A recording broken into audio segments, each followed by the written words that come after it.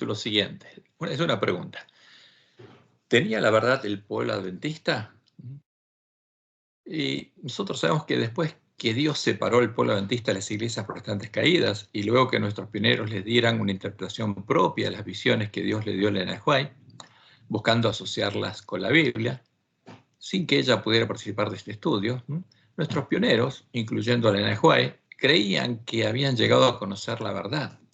Creían que los puntos principales de su fe estaban en armonía con la palabra de Dios, como le indica Elena de White en primer tomo de Mensajes Selectos, y aquí lo tomé de Primeros Escritos, en la introducción, la página 22, números romanos. Y ella dice lo siguiente: se me señaló con claridad una cadena de verdad que se extendía desde entonces hasta el tiempo en que entraremos en la ciudad de Dios, y yo transmití a otros, fíjense, como una mensajera, las instrucciones que el Señor me había dado. Durante todo ese tiempo, yo no podía entender el razonamiento de los hermanos. Y esto es importante porque es lo que Dios había anunciado que haría con sus profetas, y con ella se cumplió. Mi mente estaba, por así decirlo, trabada y no podía comprender las escrituras que estábamos estudiando. ¿Qué pasaba? Ella recibió una visión, la contaba a sus hermanos, lo que Dios le mostraba. Ellos recibían justamente el mensaje enviado por la mensajera de Dios y se ponían a estudiar las escrituras y tratar de entender de qué se trataba, y lo hacían sin la participación de ella. Por eso ella dice: esto constituía uno de los mayores pesares de mi vida. Y agrega: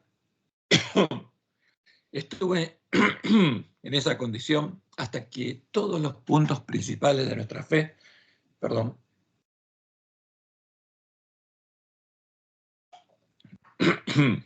fíjense lo que dice: hasta que todos los puntos principales de nuestra fe se aclararon para nuestra mente en armonía con la palabra de Dios. O sea, ¿qué creían en el Juárez?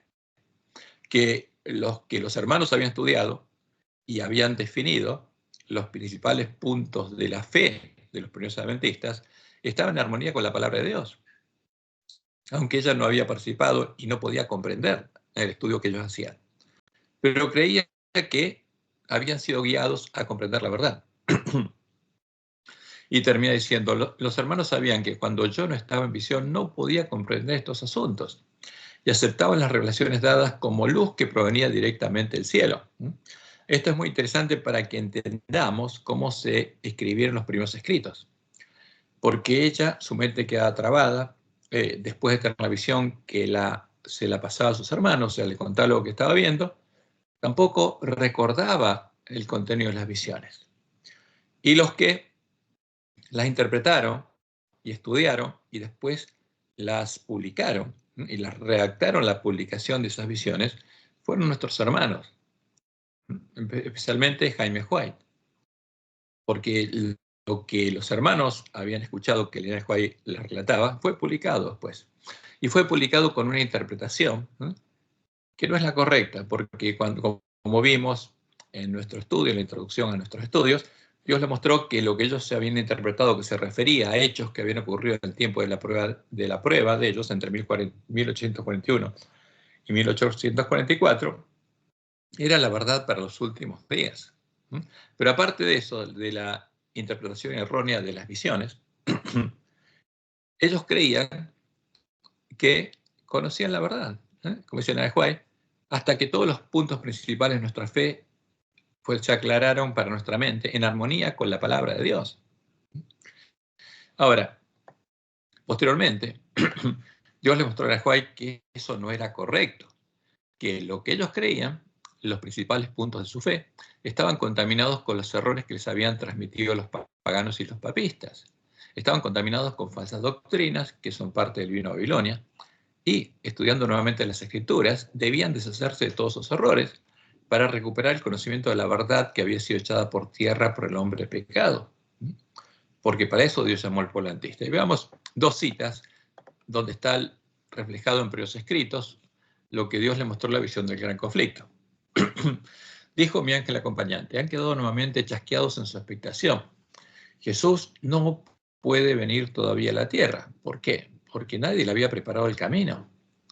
Ellos tienen que soportar mayores pruebas por él. Deben renunciar a qué? A tradiciones y errores recibidos de los hombres y volverse por completo a Dios y a su palabra. Deben ser purificados, emblanquecidos y probados. Los que soporten esa amarga prueba obtendrán la victoria eterna. Y más adelante, ella agrega lo siguiente. Primeros Escritos, página 249. Vi que estos que aguardaban no habían sido todavía probados como debían serlo. No estaban exentos de errores. Fíjense, esto fue después de 1858. Ellos en 1844, Elena creía que los puntos principales de su fe no tenían errores. Pero ahora Dios les muestra que estaban llenos de errores. Y vi la misericordia y bondad que Dios manifestaba al mandar a los habitantes de la tierra una amonestación y mensajes repetidos para inducirles a escudriñar diligentemente su corazón y a estudiar las Escrituras a fin de que pudieran despojarse de los errores que les habían transmitido los paganos y los papistas. ¿Qué pasaba con el pueblo antista? Estaba contaminado con errores que habían heredado los paganos y los papistas. Mediante estos mensajes, Dios ha estado sacando a su pueblo a donde puede lograr en su favor con mayor poder y donde puedan ellos guardar todos sus mandamientos. Porque mientras estuvieran contaminados con errores, no podrían guardar los mandamientos de Dios.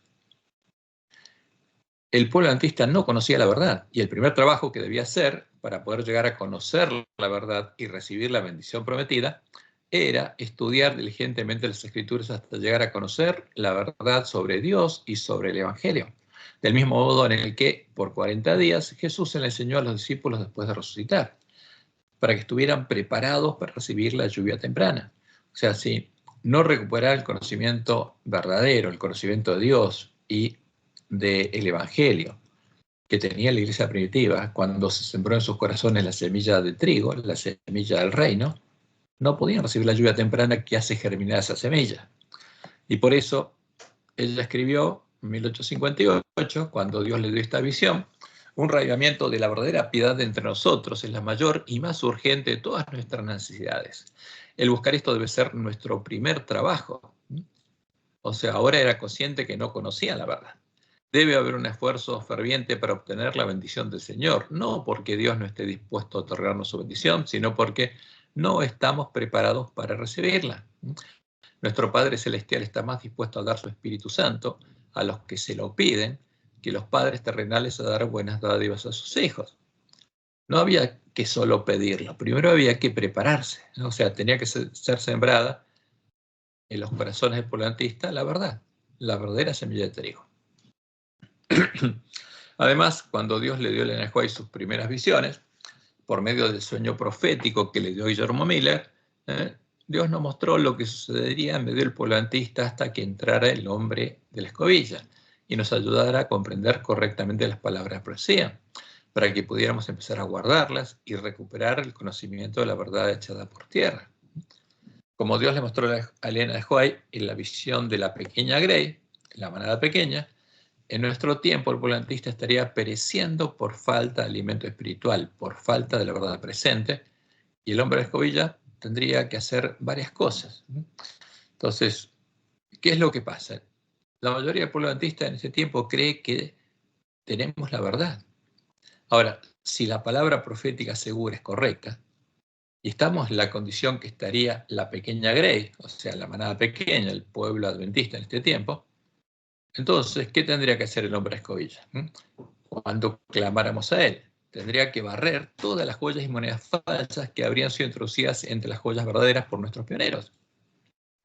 ¿Por qué? Porque muchos de esos errores que ellos creían en la verdad, quedaron en nuestra iglesia. Todavía no nos deshicimos de esos errores. Y el hombre de la escobilla tendría que barrer todas esas cosas, joyas y monedas falsas, o sea, falsas doctrinas y falsas profecías que habrían sido introducidas entre las joyas verdaderas por nuestros pioneros. Joyas y monedas falsas basadas en los errores heredados por el pueblo antista, los paganos y los papistas. O sea, estarían todavía en medio nuestro. Y tendría que barrer toda la suciedad y la basura que habría en nuestra habitación, o sea, en nuestra mente, símbolo de la comida y la bebida de los borrachos. La comida y la bebida a la mesa de Jezabel, que habría sido traída a nuestra iglesia por los lobos que habrían venido a nosotros vestidos de ovejas. La profecía tenía que cumplirse. Y tendría que mostrarnos el verdadero significado de las profecías, poniendo a todas las joyas verdaderas en un nuevo cofre, mucho más grande y más hermoso que el anterior, porque el cofre anterior está simbolizado por el cuadro de Guillermo Miller, cuyo marco era la profecía de las 2500 tardes y mañanas, o sea, 2520 años. ¿Qué pasaría? Sería destrozada esa profecía y desaparecería de nuestra vista. Pero Dios pondría un cofre mucho mayor, ¿no? Un nuevo cofre mucho más grande y más hermoso que el anterior, y dentro de este cofre pondría todas las joyas en un nuevo y hermoso orden, de modo que las joyas brillarían 10 veces más que en el interior del cofre anterior. Y ver esa luz es lo que haría que diéramos un grito de gozo y nos despertáramos de nuestro sueño.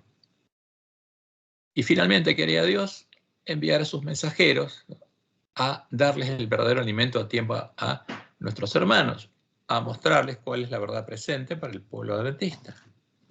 Eso es lo que pasaría. Entonces vamos a ver lo que Dios le mostró a Juan. La visión de la pequeña Grey. Dice ella: queridos hermanos, voy a referir una visión que me dio el Señor el 26 de enero de 1850. Vi que algunos de los hijos de Dios están amodorrados, soñolientos o despiertos tan solo a medias, sin advertir en qué tiempo vivimos ni que ya entró el hombre de la escobilla. Entonces Dios les llevó al momento en que entraría el hombre de la escobilla, que sería el tiempo de la última generación. Ni tampoco que algunos corren el peligro de ser barridos, dice ella. Rogué a Jesús que los salvara y les dejase un poco más de tiempo, porque estaba por acabar el tiempo de gracia para el pueblo adventista, para que vieran el peligro y se prepararan. Porque el pueblo adventista, el ángel de Odisea, estaría engañado y tendría que abrir los ojos, ungir sus ojos con colirio, ver lo que está pasando y prepararse para no estar desnudo. Vieran el peligro y se prepararan antes de que fuese para siempre demasiado tarde. El ángel dijo: la destrucción viene como un torbellino, como un violento torbellino. ¿Qué viene? El tiempo de angustia, que empieza con destrucción repentina. Le supliqué que se compadeciese y salvase a quienes amaban al mundo y estaban apegados a sus bienes, sin voluntad para desprenderse de ellos ni para sacrificarse, a fin de mandar con apremio mensajeros que apacentaran a las hambrientas ovejas que perecían por falta de alimento espiritual. ¿Qué estaría pasando con el ángel de la Odisea? Estaría pereciendo, estaría engañado. Me fue tan penoso el espectáculo de las pobres almas moribundas por falta de la verdad presente, porque el pueblo adventista estaría sin profecía, sin entender lo que está pasando, y el de algunos que, a pesar de profesar creerla, las dejaban morir porque no proveían los medios necesarios para proseguir la obra de Dios, que rogué al ángel que lo apartara de mi vista. Y dice ella en un párrafo más adelante: vi que la obra que Dios estaba haciendo rápidamente en la tierra iba pronto a ser abreviada en justicia, o sea, la obra del hombre de escobilla iba a ser completada. Y después Dios enviaría a sus mensajeros y que los mensajeros deben correr velozmente en busca de las ovejas carriadas. Como Jesús le dijo a los apóstoles, que vayan primero a las ovejas perdidas de la casa de Israel. Y un ángel dijo: ¿son todos mensajeros? Otro contestó: no. Los mensajeros de Dios tienen un mensaje, porque Dios tiene que darles ese mensaje. Y ese mensaje es el que le mostraría simbólicamente al pueblo adventista, como le mostró en su sueño Guillermo Miller. Y vamos a ver este sueño, porque ahí está donde entra el hombre de escobilla, el que hace referencia a la visión de la manada pequeña, y eso ocurre en tiempo de la última generación. ¿Qué habría pasado antes? Dios lo reveló en el sueño de Guillermo Miller.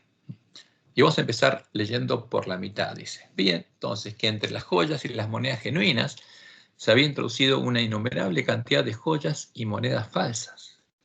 Y esto ocurriría con los que habrían estado con él en el tiempo de la predicación de 1841 a 1844.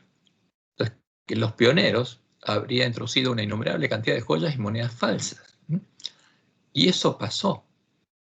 Y eso estaría en medio de nuestra iglesia, y estaría en nuestra mente, porque esas joyas y monedas falsas habrían sido usadas para predicar y enseñarnos falsa doctrina y falsa profecía.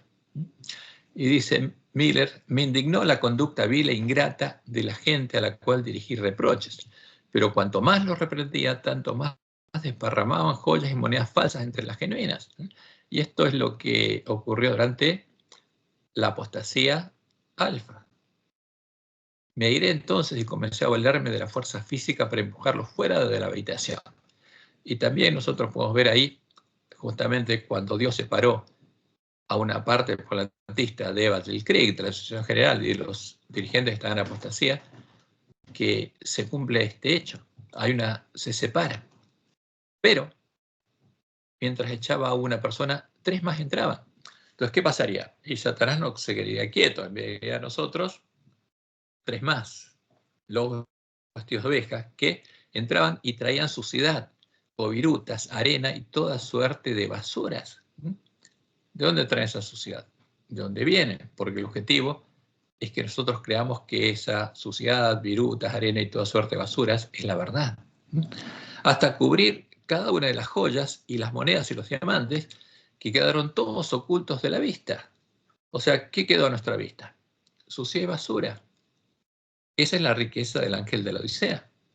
También hicieron pedazos el cofre, o sea, que es el marco profético del mensaje 1844. Y podemos ver que en nuestra iglesia la profecía de 2500 días, 2520 días o años no se predica. Simplemente cuando alguien pregunta, dicen, no, eso es una falsa profecía. Y la quitaron de nuestra vista. También hicieron pedazos del cofre y dispersaron los restos entre la basura. Me parecía que nadie consideraba mi pesar ni mi ira. Me desalenté y descorazoné por completo, de manera que me senté a llorar. Mientras estaba así llorando y lamentándome por la gran pérdida y la gran responsabilidad que me tocaba, dice Miller, me acordé de Dios y le pedí fervorosamente que me mandase ayuda. Y todo esto ocurre en el sueño de él. Inmediatamente, dice, se abrió la puerta. Y cuando toda la gente se hubo ido, entró un hombre en la habitación. Y siempre en la profecía, como en la profecía de Ezequiel 8, la habitación se refiere a nuestra mente. ¿Y qué tenía? Tenía una escobilla en la mano para barrer. Abrió las ventanas y comenzó a barrer el polvo y la basura de la habitación. ¿No? O sea, tiene que Dios barrer el polvo y la basura de nuestra mente, porque ahí está la suciedad de la basura. Le grité que tuviese cuidado porque había joyas preciosas dispersas entre la basura. Me contestó que no temiese porque él les prestaría su cuidado. Después, mientras barría el polvo y la basura, fíjense, las joyas puras y las monedas falsas subieron todas. No solamente barrió la suciedad de la basura, sino las cosas falsas que habían incluido nuestros pioneros entre lo que creemos nosotros y que heredamos nosotros. Y vamos a ver dónde están esas joyas espurias y monedas falsas. Entonces, mientras barría el polvo y la basura, las joyas espurias y las monedas falsas subieron todas y salieron por la ventana como una nube y el viento se las llevó. En el bullicio, cerré los ojos en un momento y cuando los abrí, toda la basura había desaparecido. Las preciosas joyas, las monedas de oro y plata y los diamantes estaban desparramados en profusión por toda la pieza. El hombre puso entonces sobre la mesa un cofre mucho mayor y más hermoso. ¿Qué habían quedado a la vista? Las joyas verdaderas, las joyas bíblicas. ¿Y qué hace Dios? Toma un cofre mucho mayor y más hermoso que el primero, porque en el primero estaban puestas en un orden que no es el correcto. Por eso el librito les amargó el vientre. Y reuniendo a puñados las joyas, las monedas y los diamantes, los puso en el cofre, hasta que ni uno solo quedó afuera. A pesar de que algunos de los diamantes no eran mayores que la punta de un alfiler. Llamándome entonces me dijo, ven y ve. Miré el cofre, pero el espectáculo me deslumbraba. Las joyas brillaban 10 veces más que antes. ¿Cómo brillaban? 10 veces más que en 1844, porque estaban en su correcto orden y dentro del cofre correcto, ¿no? Del marco profético correcto. Pensé que habían sido limpiadas en la arena por los pies de aquellos impíos que les habían desparramado y pisoteado en el polvo. Estaban dispuestas en hermoso orden dentro del cofre. Fíjense, es otro orden. Y este es hermoso orden. ¿Por qué? Porque nos muestran cuál es el Evangelio eterno. cada una en su lugar, sin que el hombre que les había puesto allí se hubiese tomado un trabajo especial. ¿Y qué dice Miller? ¿Qué pasó? Grité de gozo y ese grito me despertó. ¿Se despierta cuándo? A medianoche. Y ahí empieza el clamor de medianoche, como Dios les mostró en el Juan, cuando esta luz, la luz del clamor de medianoche, ilumina el camino que el pueblo adventista tiene que recorrer para llegar a la ciudad de Dios. Y ahí empiezan los siervos fieles a despertar a sus hermanos y darles el verdadero alimento a tiempo. Y vamos nosotros a tratar de entender no cuál es la suciedad de la basura, que ya estuve viendo bastante, sino cuáles son las joyas y monedas falsas.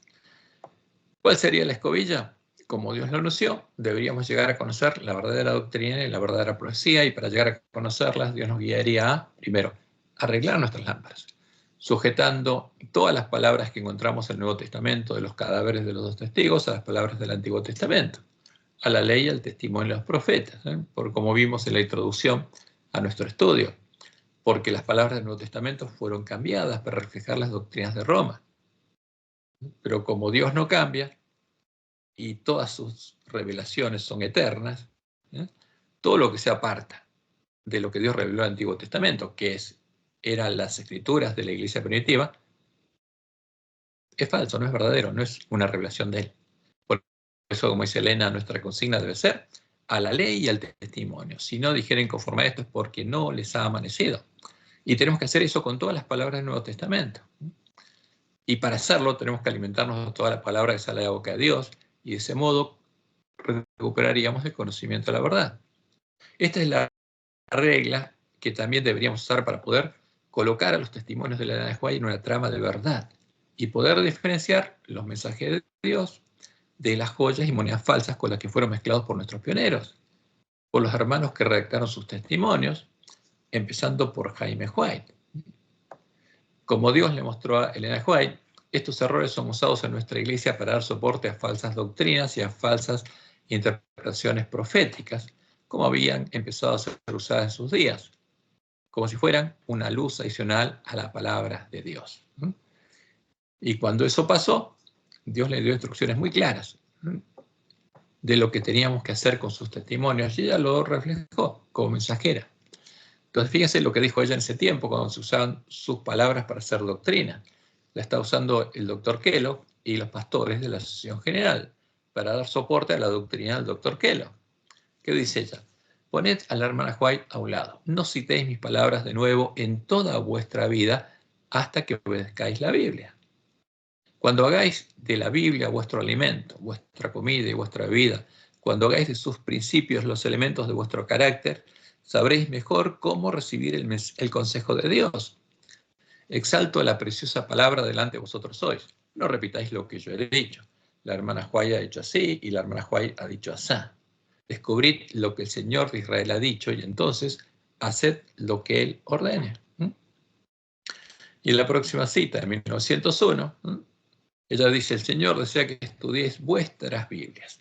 Él no ha dado ninguna luz adicional para tomar el lugar de su palabra. ¿Por qué?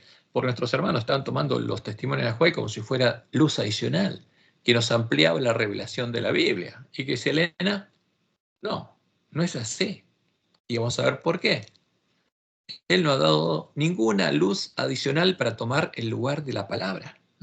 Esta luz se da con el propósito de concentrar en su palabra las mentes confundidas, y si se asimila y digiere la sangre y la vida del alma.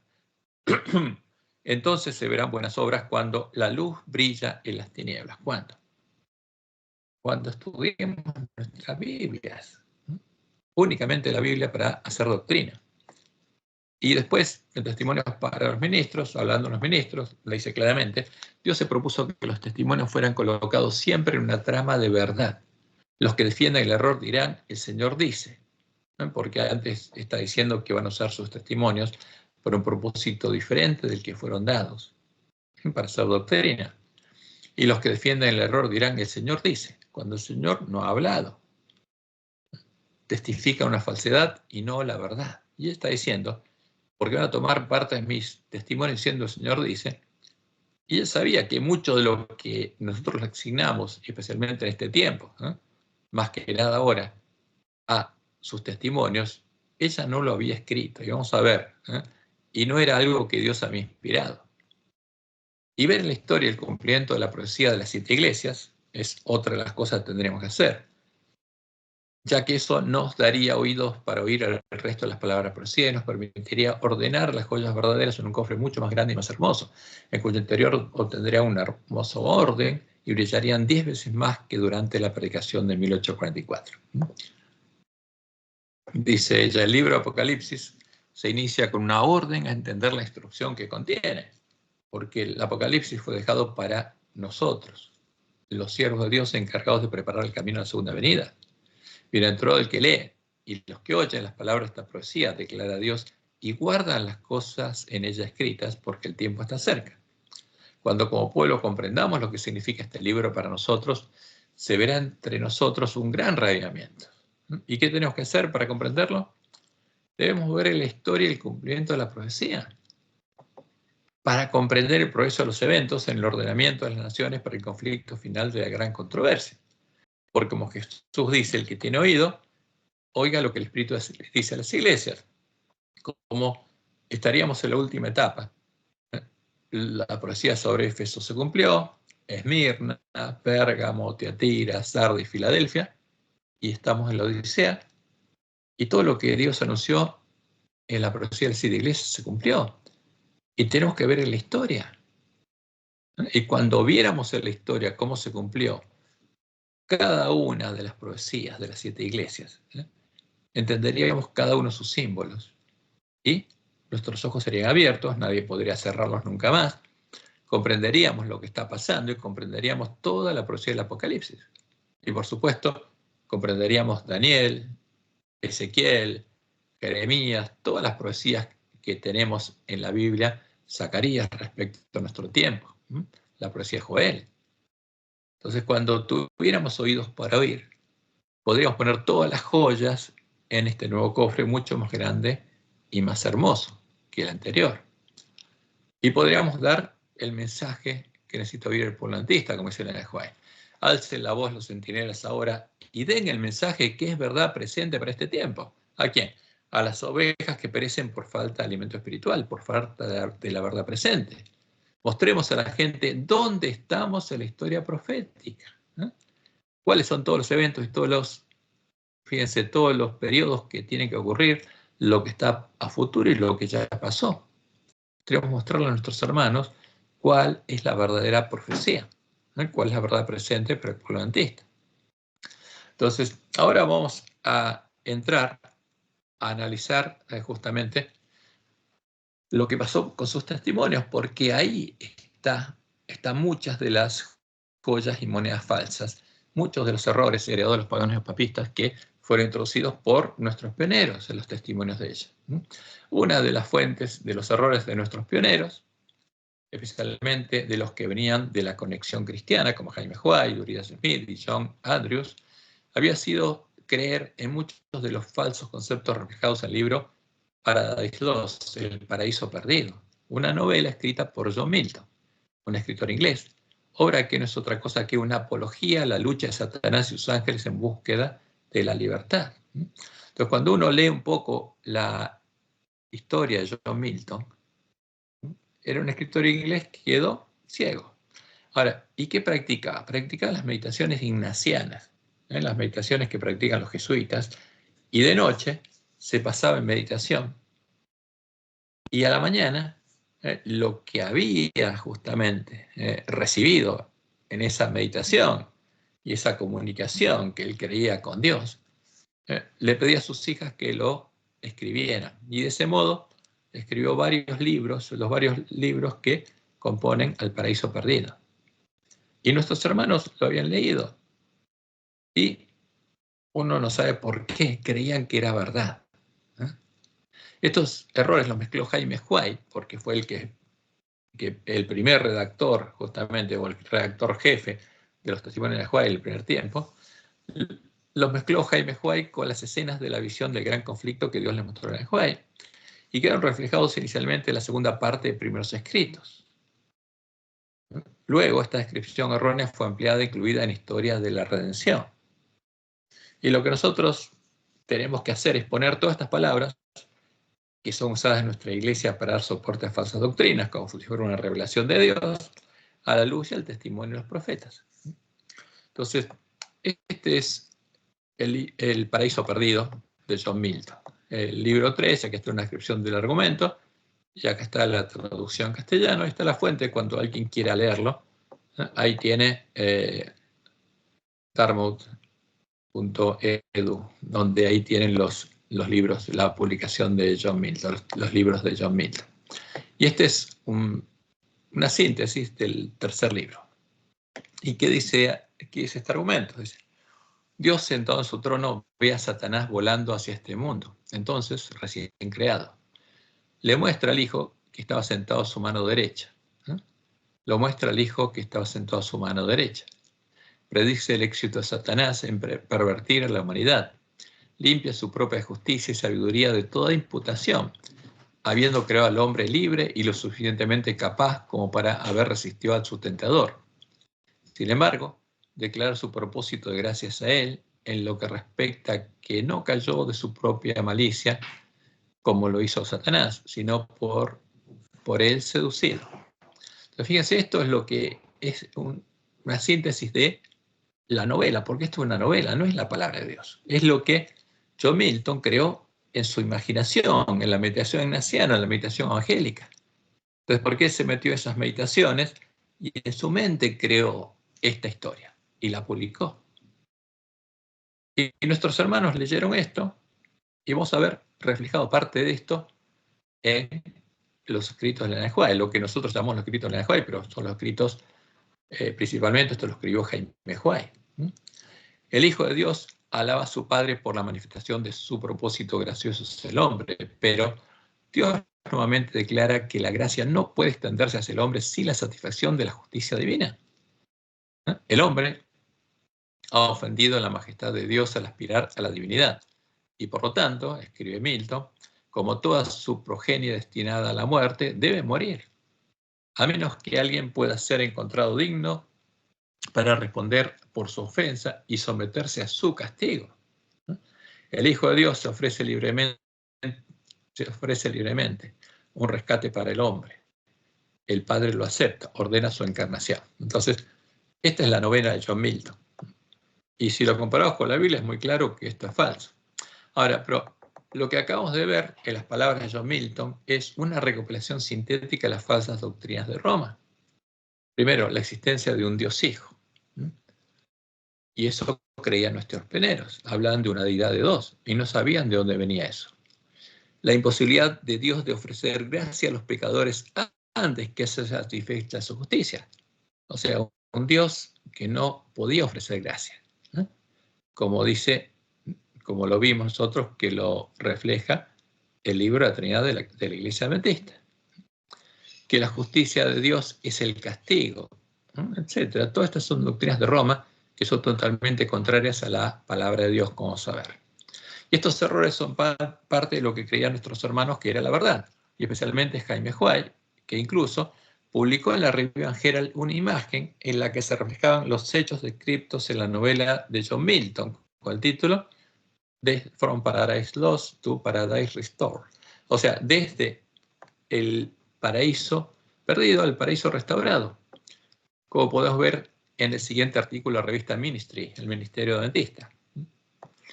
Y aquí en un artículo fue publicado justamente fíjense, las dos imágenes que publicó en la Review and Herald Jaime White. En la primera vemos un árbol donde en el centro se ve un ojo, el ojo que todo lo ve. Es una imagen, digamos, no es cristiana, es una imagen masona, es una imagen espiritista, es, digamos, el ojo de Horus, algunos dirían. Pero, y esta imagen, después Jaime White, como seguro que haber recibido algunas críticas por publicarla en la Review and Herald, la hizo hacer de nuevo, y la de la derecha tenemos la misma imagen, pero ahora hecha por Jaime White, porque la otra la tomó de otros autores, y la siguiente la tituló también El camino de la vida, desde el paraíso perdido al paraíso restaurado. Y esto es lo que publicó George Knight en la revista Ministry. ¿Y qué dice aquí? Hablando de justamente de este hecho. Dice: el doctor M.G. Kellogg le mostró por primera vez la imagen del cuadro Way of Life a James White en algún momento a principios de la década de 1870. El artista original es desconocido, porque no tiene nada que ver con el pueblo antista, es algo que publicaron las Iglesias Caídas. Pero James White encontró que la imagen era una representación tan vívida del plan de salvación que lo publicó en 1874 y lo publicitó en la Revista Herald como una imagen alegórica que muestra el camino de la vida y la salvación a través de Jesucristo, desde el paraíso perdido al paraíso restaurado. 2 años más tarde, en octubre de 1876, publicó 1000 copias de una edición nueva y mejorada con un folleto explicativo. Y en este estudio, ¿qué? No entiendo. Sí. En este estudio vamos a analizar y poner a la luz y al testimonio de los profetas algunos capítulos de primeros escritos e historia de la redención, en los que vamos a ver reflejados muchos de los errores heredados por nuestros pioneros, de los paganos y los papistas, errores que ellos creían que eran parte de la verdad, incluyendo Elena de White. Porque ella, como no conocía la verdad, no podía corregir estos errores, y Dios no le mostró que eran errores. Entonces vamos a empezar por primeros escritos desde la página 145 a 147, que tiene subtítulo La caída de Satanás. ¿Y qué dice ahí? Satanás fue una vez un ángel a quien se honraba en el cielo, ¿no? Entonces yo estoy señalando lo que vamos a analizar. El que seguía en orden a Cristo. O sea, era un ángel a quien era honrado en el cielo. Entonces estaba el Padre, teóricamente, el Hijo, Cristo, y Satanás, el orden de honra. Su semblante, como el de los otros ángeles, era benigno y se notaba felicidad. Su frente, alta y espaciosa, indicaba poderosa inteligencia. Su figura era perfecta y su porte noble y majestuoso. Entonces, pero cuando Dios dijo a su Hijo, hagamos al hombre a nuestra imagen, Satanás sintió celos de Jesús. Entonces, fíjense, esto es algo que nos muestra alguien que imagina en su mente, que medita en la meditación imaginativa, en la parte de la Biblia, que ve a un ángel, se hace una imagen de su frente, su cara, y también se imagina lo que sintió. Satanás sintió celos de Jesús. Entonces, esta es una escena que puede ser revelada por Dios o viene de la imaginación de hombres. Y vamos a ver que viene de la mente de James White, que estaba contaminada con lo que había leído en los libros de John Milton. Deseó, fíjense, entonces, el que escribe esto sabe lo que deseó en el corazón Satanás. Deseó que se le consultase acerca de la formación del hombre, y porque esto no se hizo, se llenó de envidia, celos y odio. Deseó recibir los más altos honores después de Dios, en el cielo. Entonces, y acá tenemos algo interesante. O sea, cuando Dios dijo al hombre, hagamos a su Hijo, hagamos al hombre a nuestra imagen y semejanza, Satanás sintió celos de Jesús. O sea, ahí cae, no había caído antes. Ahora, y vamos a analizarlos, porque nosotros, como dice Pablo, nuestro culto tiene que ser racional. O sea, tenemos que comprobar cuál es la buena voluntad de Dios, agradable y perfecta, qué es lo que Dios reveló. Y fíjense, estos primeros conceptos, ya de entrada, son contrarios a los testimonios de las Escrituras, al testimonio de las Escrituras. Primero, en el reino de Dios, en el cielo, el único honrado es Dios. No había un ángel honrado. Como Jesús le dijo a los discípulos, y como podemos ver en las palabras del ángel Gabriel a Juan, todos los hijos de Dios son consiervos. No hay un orden de honra. Mateo 20, 25 al 28, cuando se estaban peleando de quién iba a ser el mayor en el reino de los cielos. Entonces Jesús, llamándolos, dijo: ¿sabéis que los gobernantes de las naciones se enseñorean de ellas? Y que los que son grandes ejercen sobre ellas potestad. Mas entre vosotros no será así, no habrá uno mayor, sino que el que quiera hacerse grande entre vosotros será vuestro servidor, y el que quiera ser el primero entre vosotros será vuestro siervo. como el Hijo del Hombre, que no vino para ser servido, sino para servir y para dar su vida en rescate por muchos. ¿Qué le está diciendo Jesús? Ustedes van a ser como el Hijo del Hombre. Cuando Dios escriba su ley en la mente y el corazón de ustedes, no van a buscar ser el primero, porque eso viene del mal tesoro del corazón de ustedes. Eso es lo que sintió Satanás. Pero cuando Dios quite eso y ponga su amor en el corazón de ustedes, cuando escriba su ley en el corazón de ustedes, ustedes van a querer seguir las pisadas del Hijo del Hombre, van a actuar como el Hijo del Hombre, que no vino para ser servido. Y ustedes van a hacer lo mismo, sino para servir y para dar su vida en rescate por muchos. O sea, van a seguir las pisadas de Jesús. Eso va a pasar entre ustedes. Ya no van a tener más la ciencia de Satanás en la mente y el corazón. Y como leemos en Apocalipsis 19:10, lo que le dice Gabriel a Juan, Gabriel que ocupó el lugar de Lucifer, ¿qué le dice? Yo me postré a sus pies para adorarle, dice Juan. Y él me dijo, mira, no lo hagas. Yo soy consiervo tuyo. O sea, somos consiervos, estoy a tu nivel. No hay una jerarquía entre los ángeles de honra, ni de los hombres con los ángeles. No, yo soy consiervo tuyo y de tus hermanos que retienen el testimonio de Jesús. Adora a Dios, porque el testimonio de Jesús es el espíritu de la profecía. La profecía fue dada para, ¿qué cosa? Dar testimonio de Jesús. Y primero, eso es lo primero. Y después, cuando Dios creó al hombre, Satanás ya había pecado y había dejado de ser un querubín protector, ya no estaba en la presencia de Dios. No es que Satanás pecó, como dice la novela de John Milton y Jaime White copió en primeros escritos, cuando Dios dijo hagamos al hombre, entonces Satanás se sintió celoso. No, eso es una novela. Como leemos en Ezequiel 28:16, a causa de la multitud de tus contrataciones fuiste lleno de iniquidad y pecaste. Su corazón se llenó de pecado y pecó, perdón, de maldad y pecó. Por lo que dice Jehová, yo te eché del monte de Dios y te arrojé entre las piedras de fuego, oh querubín protector. Y eso ocurrió mucho antes de la creación del hombre. Entonces, como vemos, este relato no tiene nada que ver con la palabra de Dios. Y por otro lado, además, Dios no tiene un hijo que sea Dios, ni que con él haya efectuado la creación del hombre. Acá me falta. Ni del que Satanás haya sentido celos. O sea, es una novela eso. Los conceptos arrianos y trinitarios fueron creados en el Concilio de Nicea del año 325 d.C., en el que se creó la primera versión de la doctrina de Jezabel, el primer credo de la Iglesia Universal Católica del Imperio Romano, que unía católicos arrianos, como nuestros pioneros, porque ellos no sabían que eran católicos arrianos, porque todo lo que ellos creían del Padre y el Hijo es lo que creían los arrianos, y está en el credo de Nicea, y unía a católicos trinitarios y estuvieron unidos hasta que, después de la muerte de Constantino, empezaron a pelearse y finalmente los trinitarios triunfaron y la Iglesia Católica se volvió trinitaria pura. Entonces, ¿qué leemos en la palabra de Dios? Así dice Jehová, Rey de Israel y su Redentor. ¿Quién está hablando acá? El verdadero Redentor de Israel.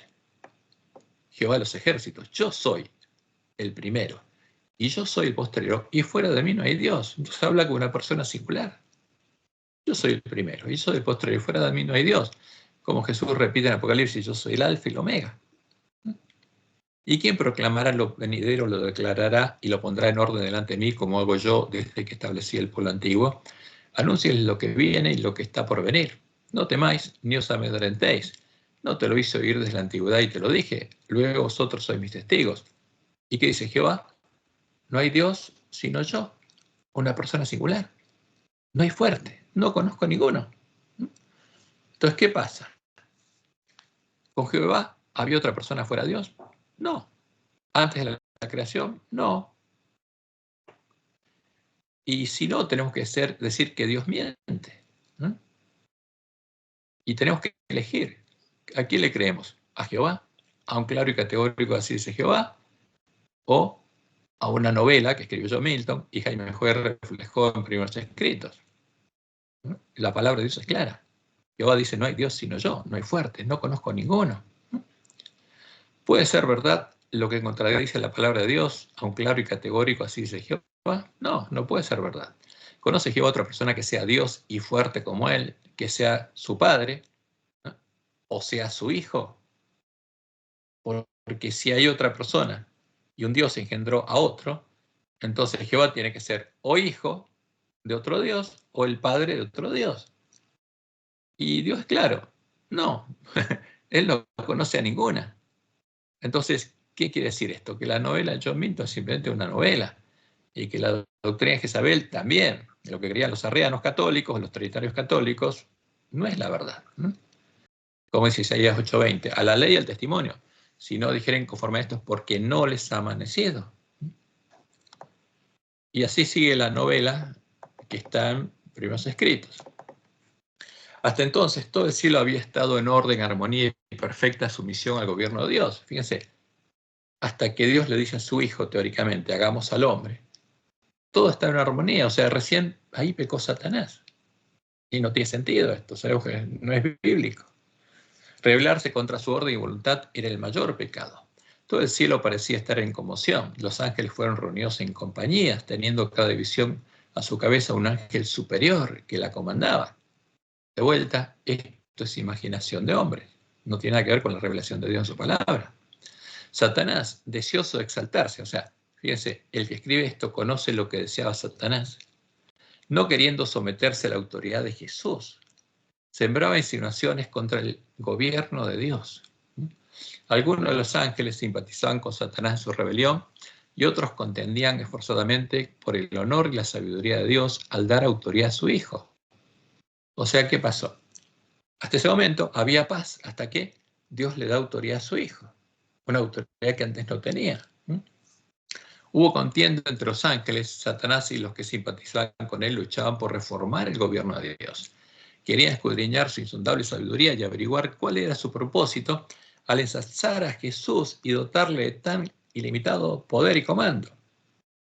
Entonces, fíjense ahora, ¿cómo se llama? El Dios Hijo, Jesús.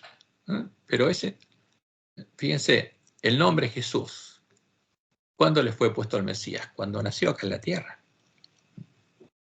Pero acá Jaime Joel lo asocia con el Dios Hijo del que habla Milton. Entonces, de golpe, hasta que Dios ensalza a Jesús y lo dota de poder y comando, no había problema en el cielo. Se rebelaron contra la autoridad del Hijo.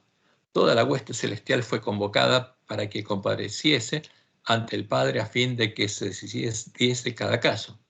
Se determinó allí que Satanás fuese expulsado del cielo con todos los ángeles que se le habían unido en la rebelión. Hubo entonces guerra en el cielo. Los ángeles se empeñaron en batalla. Satanás quiso vencer al Hijo de Dios y a aquellos que se sometían a su voluntad. Pero prevalecieron los ángeles buenos y fieles y Satanás con sus secuaces fue expulsado del cielo. De vuelta a imaginación. Porque Satanás, como dice Apocalipsis, fue expulsado del cielo cuando Jesús venció aquí. Cuando lo venció en el año 31. Antes no, porque como dice el libro de Job, podía ir al cielo libremente. Ahora, estos conceptos, fíjense que lo que estuve leyendo también son falsos y contrarios al testimonio de las Escrituras, e incluso son contrarios a el credo de Nicea y a las palabras que los sabios de Roma incluyeron en nuestras Biblias, que indican que el Dios Hijo es el creador de todas las cosas, incluyendo a los ángeles, por lo cual sería el padre de los ángeles, incluyendo a Lucifer.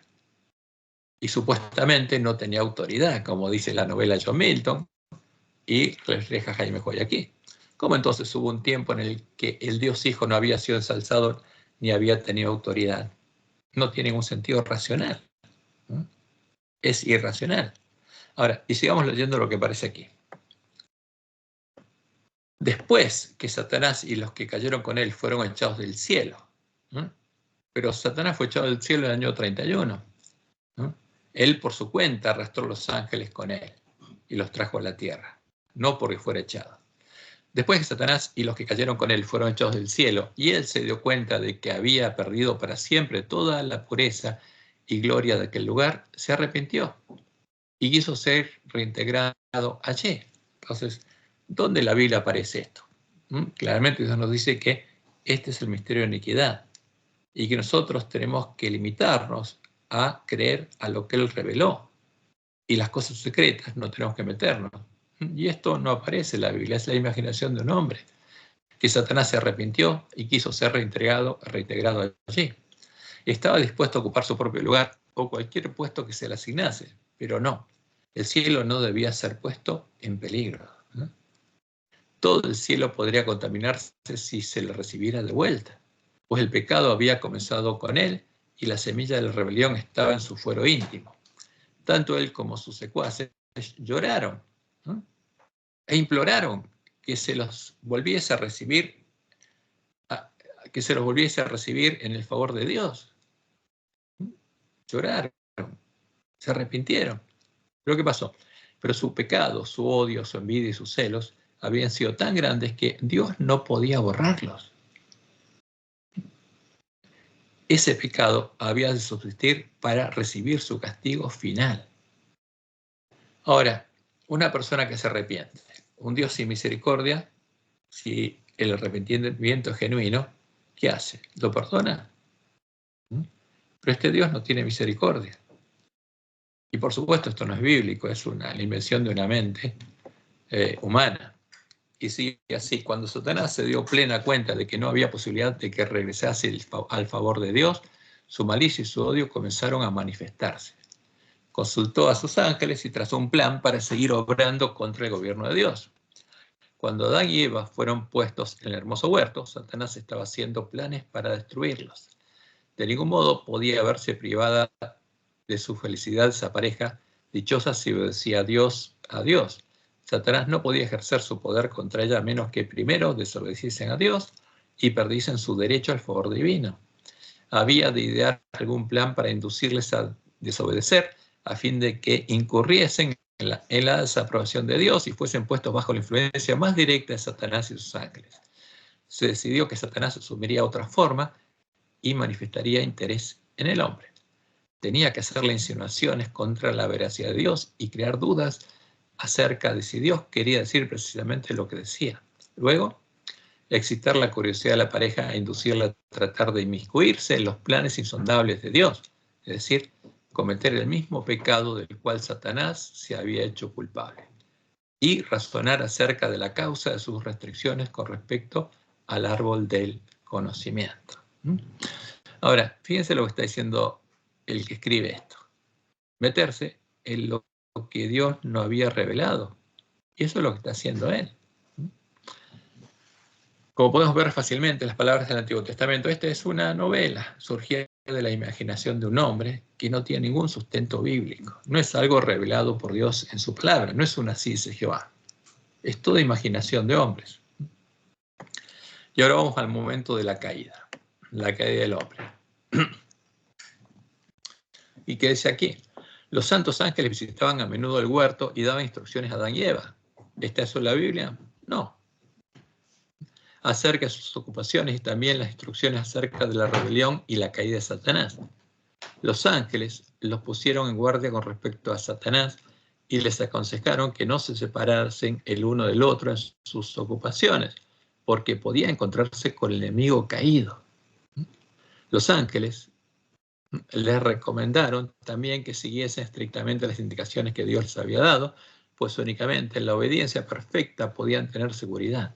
Si obraban así, el enemigo caído no tendría poder sobre ellos. Entonces, fíjense, lo que dice la Biblia es que Dios hablaba con Adán y Eva. Y acá, esto es parte de la novela de John Milton. Y sigue siendo así. Satanás comenzó su obra con Eva para inducirla a desobedecer. Ella erró, primero al apartarse de su esposo. Entonces, lo que vemos aquí es lo que muchos toman y después dicen que el problema de Eva es que se apartó de su esposa. ¿Por qué? ¿Dónde lo ven? Aquí. En los que escribió Jaime White y copió de John Milton. Ella erró primero al apartarse de su esposo. O sea, el problema de Eva fue que se apartó de su esposo. La Biblia no dice eso. Luego, al demorarse cerca del árbol prohibido. Y después, al escuchar la voz del tentador, al punto de dudar de lo que Dios había dicho. El día que de él comieres, ciertamente morirás. Y ahora dice, ¿pensó qué? O sea, alguien estaba en la mente de de Eva. Esta es la imaginación. O sea, lo que hay que hacer las meditaciones ignacianas es eso. Cuando uno se mete a una escena en la Biblia, tiene que pensar, ¿eh? E imaginar qué es lo que piensa el personaje. Pensó que tal vez el Señor no quería decir precisamente lo que había dicho y se aventuró a extender la mano, tomó el fruto y comió. Era agradable al ojo y al paladar. Entonces sintió celos. Fíjense. Ahora, imaginación. Eva sintió celos. ¿Qué dice el relato? Que Eva no pasó nada con ella. No se vio desnuda. No conoció la ciencia de Satanás. Pero el autor, en su imaginación, dice ahora sintió celos. O sea, pecó, ¿no? Sintió, ya tenía maldad en su mente. Y no era así. Esto es un invento de un hombre. Entonces sintió celos de que Dios les hubiese privado de lo que era realmente bueno para ellos y ofreció algo de esa fruta a su esposo y así lo tentó. Relató a Adán todo lo que la serpiente había dicho y expresó su asombro de que aquella tuviese facultad de hablar. Fíjense todas las emociones de un personaje de la Biblia que, como Ignacio Loyola le enseñó a los jesuitas, y ellos introdujeron las iglesias caídas, y también nuestra iglesia, hacen todos los que practican este tipo de meditación, que ellos llaman la meditación evangélica. Y sigue siendo el relato. Vi una tristeza extenderse por el semblante de Adán. O sea, se imaginó el semblante de Adán. Parecía atemorizado y asombrado. Se notaba que sostenía una lucha en su ánimo. No le cabía duda de que se trataba del enemigo contra el cual se los había amonestado y que su esposa debía morir.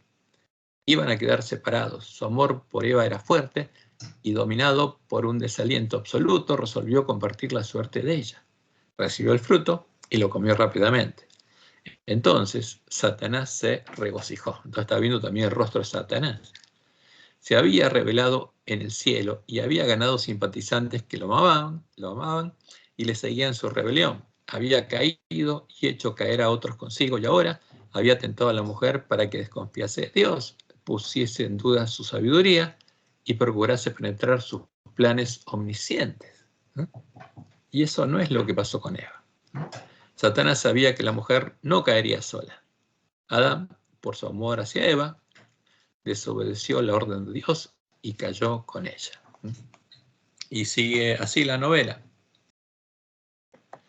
Las nuevas de la caída del hombre se difundieron por el cielo. Toda arpa cayó. Los ángeles entristecidos se sacaron las coronas de la cabeza. Todo el cielo estaba en agitación.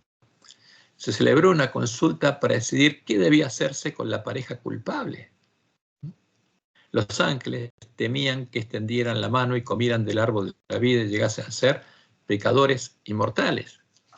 Ahora, esto también es imaginación, porque como dice la Biblia, los dos árboles eran buenos para comer, pero no tenían nada especial en ellos, eran un símbolo. Pero, y por supuesto, Adán y Eva habían comido el fruto del árbol de la vida, porque Dios les había dicho que lo podían comer. Pero Dios dijo que expulsaría del huerto a los transgresores. Fueron enviados inmediatamente ángeles para impedirles el acceso al árbol de la vida. Satanás había estudiado y trazó su plan para que Adán y Eva desobedeciesen a Dios, fueran objeto de su desaprobación y luego participasen del árbol de la vida a fin de que pudiesen vivir para siempre en el pecado y la desobediencia. Y así el pecado se inmortalizaría. De vuelta, imaginación de hombres. Seguro Adán y Eva habían comido el fruto del árbol de la vida. Pero en el fruto, como en el fruto del árbol de la ciencia del bien y del mal, no había nada malo, ni nada bueno, nada que les diese vida eterna. La vida eterna se les daría el conocimiento que obtendrían de Dios. Y la muerte la causaría el conocimiento que obtuvieran de Satanás, como lo obtuvieron. Pero fueron enviados santos ángeles para que los expulsaran del huerto y les impidiesen acercarse al árbol de la vida. Cada uno de estos poderosos ángeles tenía en su mano derecha algo que tenía apariencia de una espada deslumbrante. Entonces Satanás triunfó. Había hecho sufrir a otros por su caída. Él había sido expulsado del cielo y ellos del paraíso. Y bueno, lamentablemente, a estas palabras que no provienen de la palabra de Dios, sino son claramente contrarias a la Biblia, algunos de nuestros hermanos las toman como luz adicional a la Biblia. Y nosotros podemos escuchar sermones donde se leen estas palabras como si fuera la verdad revelada por Dios. y son totalmente contrarias a la palabra de Dios. Y ahora viene el plan de salvación, páginas 149 a 152. ¿Y qué dice aquí? El cielo se entristeció al comprender que el hombre estaba perdido y que el mundo creado por Dios iba a poblarse de mortales condenados a la miseria, la enfermedad y la muerte, sin remisión para el ofensor. Toda la familia de Adán debía morir. Vi al amable Jesús y contemplé una expresión de simpatía y tristeza en su semblante. Luego lo vi acercarse a la deslumbrante luz que envolvía al Padre. El ángel que me acompañaba dijo: está en íntimo coloquio con su Padre. La ansiedad de los ángeles parecía muy viva mientras Jesús estaba conversando con su Padre. 3 veces quedó envuelto por la esplendente luz que rodea al Padre. La tercera vez salió de junto al Padre y fue posible ver su persona. Su semblante era tranquilo, exento de perplejidad y duda, y resplandecía de amor y benevolencia inefables. Dijo entonces a los ángeles que se había hallado un medio para salvar al hombre perdido. ¿Cuándo? Después que había caído. Y fíjense esto, ténganlo en cuenta. Lo que dice la novela es que después de que el hombre cayó, el Dios Hijo estuvo en diálogo con su Padre y ahí se halló el medio para salvar al hombre perdido, que había estado intercediendo con su Padre y había ofrecido dar su vida como rescate y cargar él mismo con la sentencia de muerte. O sea, había una sentencia de muerte. Y él iba a pagar la sentencia de muerte, que era el castigo de Dios a Adán y Eva, a fin de que por su intervención pudiesen los hombres encontrar perdón, para que por los méritos de la sangre y la obediencia de él a la ley de Dios, ellos obtuviesen el favor del Padre, que no lo tenían, y volviesen al hermoso huerto para comer el fruto del árbol de la vida. Al principio, sigue el relato, los ángeles no pudieron alegrarse porque su caudillo no les había ocultado nada, sino que les había declarado explícitamente el plan de salvación. Jesús les dijo que se interpondría entre la ira de su Padre y el hombre culpable. Entonces, y esto es lo que aparece en nuestras lecciones cuando vemos a un rayo cayendo del cielo sobre una figura que aparentemente es Jesús y detrás de él hay un pecador. Entonces, el rayo de Zeus le cae a Apolo y detrás de él se esconde un pecador, porque eso es lo que significa. Entonces, y esto, por supuesto, cuando uno estudia lo que dice la Biblia, es totalmente contrario a la palabra de Dios y viene de imaginación de hombres, pero es de la ciencia creada por Satanás. Estos son errores heredados de los paganos y los papistas. Y vamos a seguir adelante. Vamos al último párrafo que hemos puesto aquí. Los ángeles se posternaron ante él, ofrecieron sus vidas. Jesús le dijo que con su muerte salvaría a muchos, pero que la vida de un ángel no podría pagar la deuda. Solo su vida podía aceptar el Padre por rescate del hombre.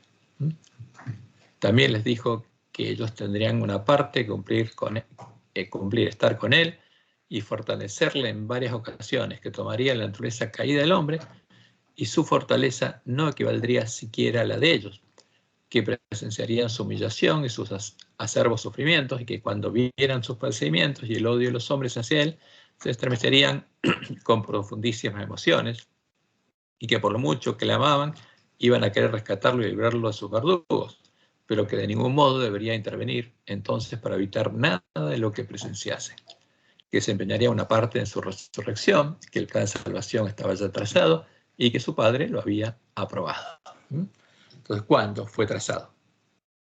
Después de la caída del hombre. Y de paso lo vamos a resaltar también.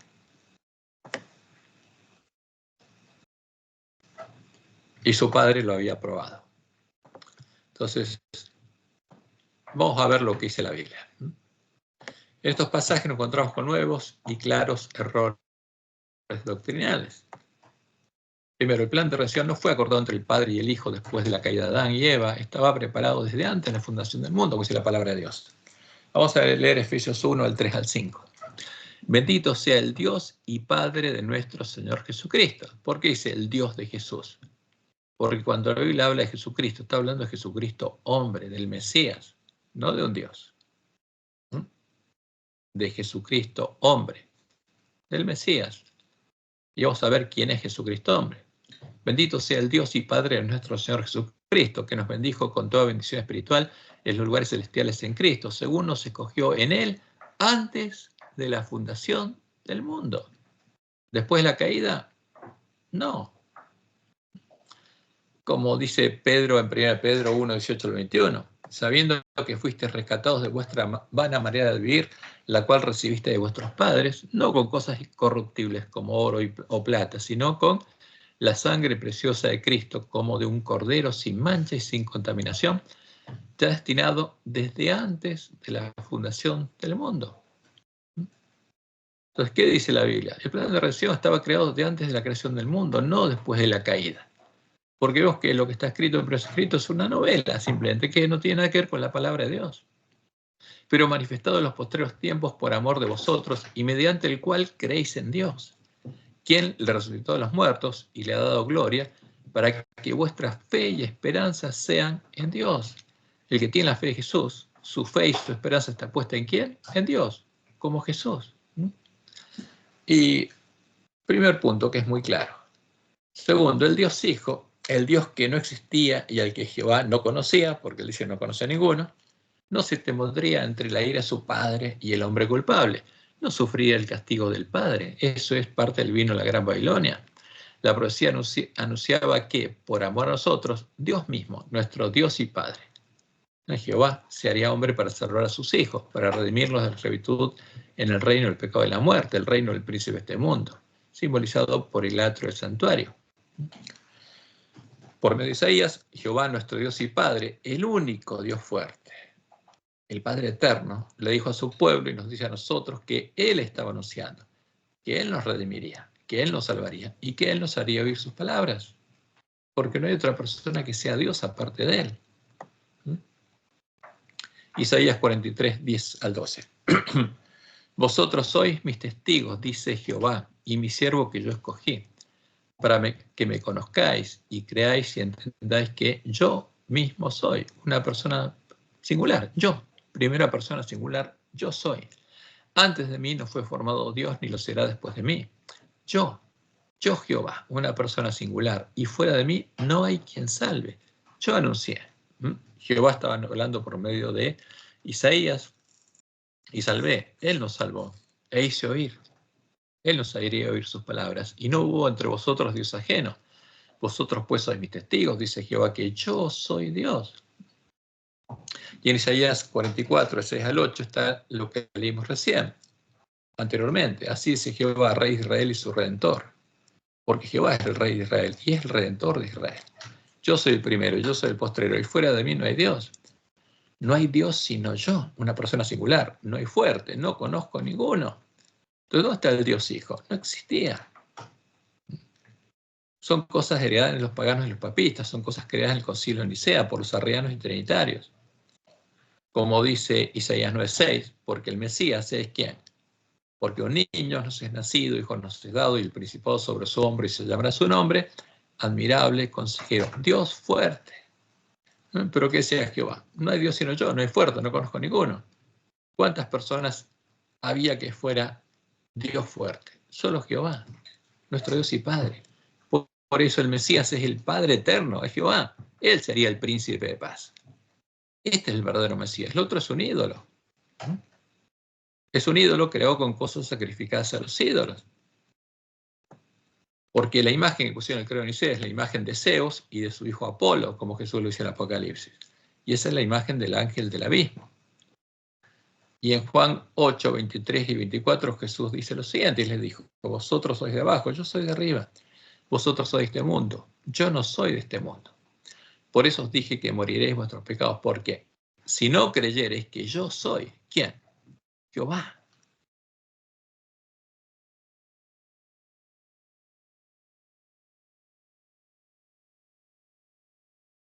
Jehová. De esto nos daríamos cuenta cuando nos despertáramos y arregláramos nuestras lámparas. Y en la historia de redención, que supuestamente es extraída de primeros escritos y es adjudicada a Elena de White, se profundiza el reflejo de lo que había sido escrito en el paraíso perdido. Y se nota más el énfasis que se hace en la lucha de Satanás y sus ángeles en búsqueda de la libertad. En la apología, el centro de la apología de John Milton. Fíjense, esto es lo que aparece en Historia de Redención. Y después del título Historia de Redención aparece Ellen G. White, de White. O sea, como si lo hubiera escrito en el White, y no lo escribió ella. Una concisa presentación del conflicto de los siglos extraída de los primeros escritos de Ellen White. Ahora, si fuera extraída de los primeros escritos, tendría que ser más concisa, ya que está ampliada. Y empieza así. Primero, la caída de Lucifer. En el cielo, antes de su rebelión, Lucifer era un ángel honrado y excelso, cuyo honor seguía al del amado Hijo de Dios. Y empieza a hablar de su semblante, lo que pasa con los que practican la meditación ignaciana, etc. Y sigue diciendo, sin embargo, Cristo, el amado Hijo de Dios, tenía la preeminencia sobre todas las huestes angélicas.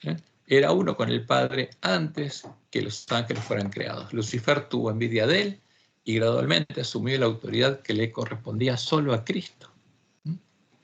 El gran Creador convocó a las huestes celestiales para conferir honra especial a su Hijo en presencia de todos los ángeles. Entonces los convoca a una reunión y le confiere una honra especial que antes no tenía. Entonces el Padre hizo saber que había ordenado que Cristo, su Hijo, fuera igual a él. Y antes no. De modo que donde quiera que estuviese su Hijo, estaría él mismo también. La palabra del Hijo debería obedecerse tan prontamente como la del Padre. Este había sido investido de la autoridad de comandar las huestes angélicas. Debía obrar especialmente en unión con él en el proceso de la creación de la tierra. De vuelta, esto ocurre cuando Dios decide crear nuestra creación y crearnos a nosotros. Y que aparece, como vimos en varios escritos, Lucifer estaba envidioso y tenía celos de Jesús. O sea, el que escribe esto sabe los sentimientos que tenía Lucifer. No obstante, cuando todos los ángeles se inclinaron ante él para reconocer su supremacía, gran autoridad y derecho de gobernar, se inclinó con ellos. O sea, su nuevo derecho. Pero su corazón estaba lleno de envidia y odio. ¿Cuándo sucedió esto?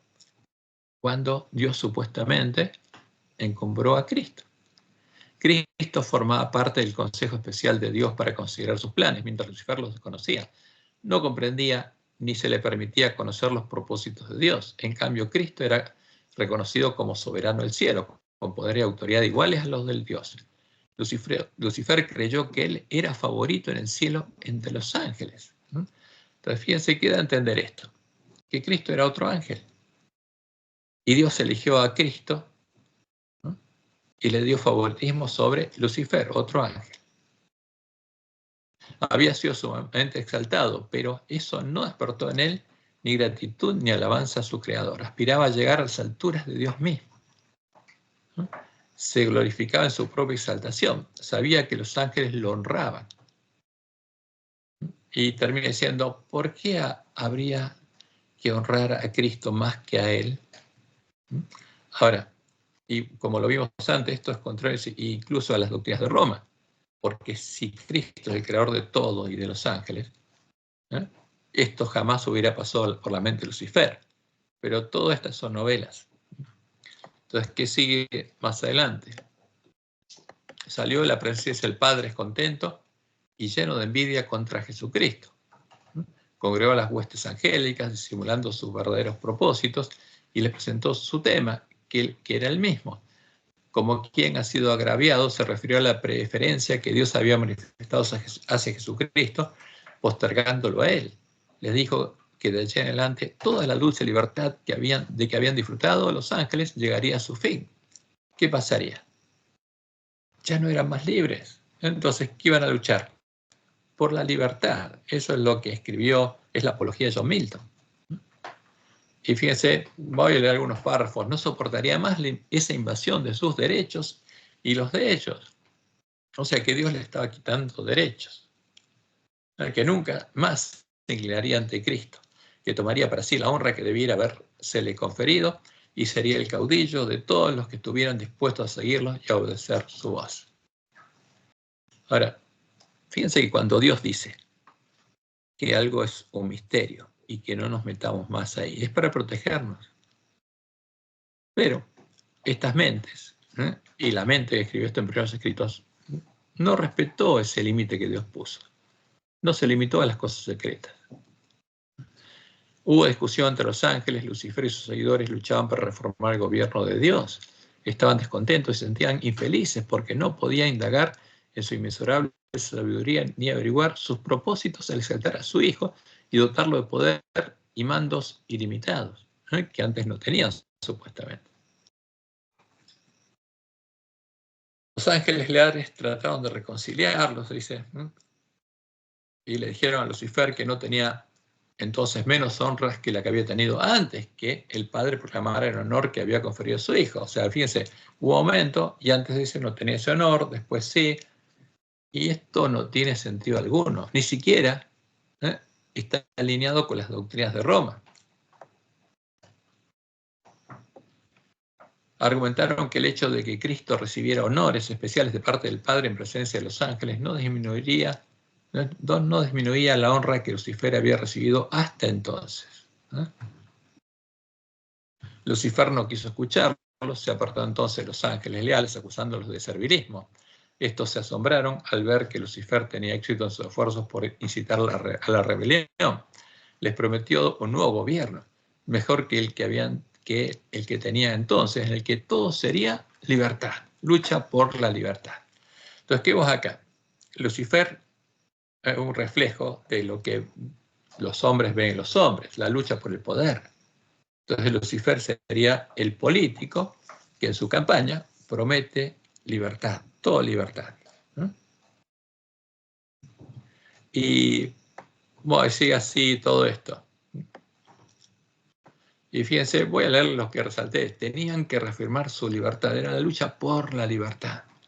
Porque Dios lo estaba sometiendo, le estaba quitando libertad. Y hay una guerra en el cielo, dicen. Los ángeles se ordenaron compañías, como se ha escrito. Cada división tenía un ángel comandante al frente. Entonces se convocó a toda la hueste angélica para que compareciera ante el Padre a fin de que cada caso quedase decidido. Satanás manifestó con osadía su descontento porque Cristo había sido preferido antes que él. Se puso de pie orgullosamente y sostuvo que debía ser igual a Dios y participar en los concilios con el Padre y comprender sus propósitos. El Señor informó a Satanás que solo revelaría sus secretos y designios a su Hijo y que requeriría que toda la familia celestial, incluido Satanás, rindiera una obediencia absoluta e incuestionable. Pero él, Satanás, había demostrado que no merecía ocupar un lugar en el cielo. Entonces el enemigo señaló con regocijo a sus simpatizantes, que eran cerca de la mitad de los ángeles, y exclamó: ellos están conmigo. ¿Los expulsarás también y dejarás semejante vacío en el cielo? Declaró entonces que estaba preparado para hacer frente a la autoridad de Cristo y defender su lugar en el cielo por la fuerza de su poder, fuerza contra fuerza. ¿No? Entonces, ¿qué pasó? Fíjense lo que dice aquí: no se había hecho ninguna previsión para salvar los que se atrevieran a transgredirla. Ahora vamos a leer todo el párrafo. Los ángeles buenos lloraron al escuchar las palabras de Satanás y sus alborozadas jactancias. Dios afirmó que los rebeldes no podían permanecer más tiempo en el cielo. Ocupaban esa posición elevada y feliz con la condición de obedecer la ley que Dios había dado para gobernar a los seres de inteligencia superior. Pero no se había hecho ninguna previsión para salvar a los que se atrevieran a transgredirla. No había plan de redención. Satanás se envalentonó en su rebelión y expresó su desprecio por la ley del Creador. No la podía soportar. Afirmó que los ángeles no citaban ley y que debían ser libres. Voy a borrar este 19, que es la página 19. Y que debían ser libres para seguir su propia voluntad. O sea, luchaban por la libertad, que siempre los guiaría con rectitud, que la ley era una restricción de su libertad y que su abolición era uno de los grandes objetivos de su subversión. ¿Y qué pasó? Hubo guerra en el cielo. ¿Y quiénes lucharon? Vamos a leer aquí abajo. Entonces hubo guerra en el cielo. El Hijo de Dios, el príncipe celestial y sus ángeles leales entraron en conflicto con el archirrebelde, y los que se le unieron, el Hijo de Dios, sus ángeles fieles, prevalecieron, y Satanás y sus ángeles fueron expulsados del cielo. Por eso vemos en nuestra lección que se cita justamente las palabras de Apocalipsis 12, del 7 al 9, que hablan de lo que ocurrió cuando Jesús venció en el año 31, como que eso fue lo que ocurrió en el cielo. ¿Por qué? Porque toman esto para decir que esto ocurrió en el cielo, ¿no? Y no fue así. Esto es imaginación de hombres. Toda la hueste celestial reconoció y adoró al Dios de justicia. Y finalmente, el Padre consultó con el Hijo con respecto a la ejecución inmediata a su propósito de crear al hombre para que habitara la tierra. Y fíjense este párrafo, que es terrible. Lo sometería a prueba para verificar su lealtad antes que se lo pudiera considerar eternamente fuera de peligro. Si soportaba la prueba, a la cual Dios creía conveniente someterlo, con el tiempo llegaría a ser igual que los ángeles. Tendría el favor de Dios, podría conversar con ellos y estos con él. Dios no creyó conveniente ponerlo fuera del alcance de la desobediencia. Aquí termina y comienza la página 20. Pero voy a borrar esto. Ahora, esto es lo que aparece ahí. Ahora, ¿cómo creó Dios a Adán y Eva? A su imagen y semejanza. No como una pieza que hay que probar si se rompe o no se rompe. Los creó perfectos, como había creado Lucifer. Y esto es una barbaridad. Pero aparece aquí. ¿Es todo esto parte de la revelación de Dios? ¿Es un así dice Jehová? ¿Un escrito está? No. Evidentemente, es una novela que salió de la imaginación de los hombres y es contraria a la ley y el testimonio de los profetas. Y nosotros tenemos que tener mucho cuidado con esto para proteger nuestras mentes. Como dice Deuteronomio 29:29. Las cosas secretas pertenecen a Jehová nuestro Dios, mas las reveladas, donde en su palabra, son para nosotros y para nuestros hijos para siempre, para que cumplamos todas las palabras de esta ley. ¿Y qué debemos hacer nosotros para comprender doctrina? Debemos usar la misma fuente que usaban los miembros de la iglesia primitiva. Como dice la ley en el conflicto de los siglos, Dios tendrá en la tierra un pueblo que sostendrá la Biblia y la Biblia sola, como piedra de toque de todas las doctrinas y base de todas las reformas.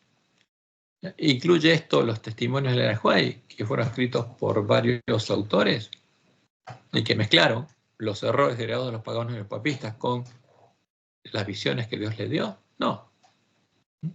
Ni las opiniones de los sabios, ni las deducciones de la ciencia, ni los credos o decisiones de concilios tan numerosos y discordantes como lo son las iglesias que representan, ni la voz de las mayorías, nada de esto. Ni en conjunto ni en parte debe ser considerado como evidencia en favor o en contra de cualquier punto de fe religiosa. Antes de aceptar cualquier doctrina o precepto, debemos cerciorarnos de decir si autoriza un categórico, así dice Jehová. Como dice Isaías 8:20, a la ley y al testimonio. Si no dijeron conforme a esto es porque no les ha amanecido. Entonces, y es triste ver que algunos de nuestros hermanos, los que se dan cuenta de estos errores, muchos empiezan a decir que Elena White no es un profeta. Y no, es un grave error, porque Dios nos anunció por medio de Isaías lo que pasaría con los profetas, que cerraría los ojos de ellos, como ocurrió con Elena White, y justamente permitió que sus escritos fueran registrados con las primeras visiones, fueron registradas con la interpretación que ellos le habían dado. Después nos reveló claramente que lo que tenemos que estudiar ahí y entender son las visiones, porque son para nuestros días. Y lo mismo pasa con el resto de los testimonios, porque Dios tuvo una mensajera, ¿no? Y a esa mensajera, como él le dijo, no le reveló cuál es la verdad. Y esa mensajera estaba en medio de nuestros hermanos que tenían su mente contaminada con errores heredados de los paganos y los papistas, incluido su esposo, los que redactaron justamente muchos de los artículos en nuestras revistas, los que redactaron parte de sus testimonios, y lamentablemente, como Dios nos dejó claramente indicado lo que tenemos que hacer con esos testimonios, y que por supuesto jamás tenemos que usarlos para hacer doctrina, que ella misma lo dijo, porque hay errores ahí. Están los errores heredados de los paganos y los papistas, de las joyas y monedas falsas que el hombre escobilla tendría que barrer. Y lo que tenemos que hacer nosotros es seguir la instrucción de Dios y buscar entender esas primeras visiones, porque esas primeras visiones son la verdad presente para nuestros días. Y no se preocupen de que existan estas cosas en los testimonios de Jehová. Dios dijo que pasaría esto. Y podemos ver también, además, que en nuestro tiempo, muchos de sus testimonios son cambiados para hacer lo mismo que hicieron los lobos vestidos de ovejas con la Biblia, para usarlos para enseñar falsas doctrinas. Pero todo eso no va a causar ningún problema a los hijos de Dios. Que Jehová los bendiga y los guarde y los guíe a toda verdad.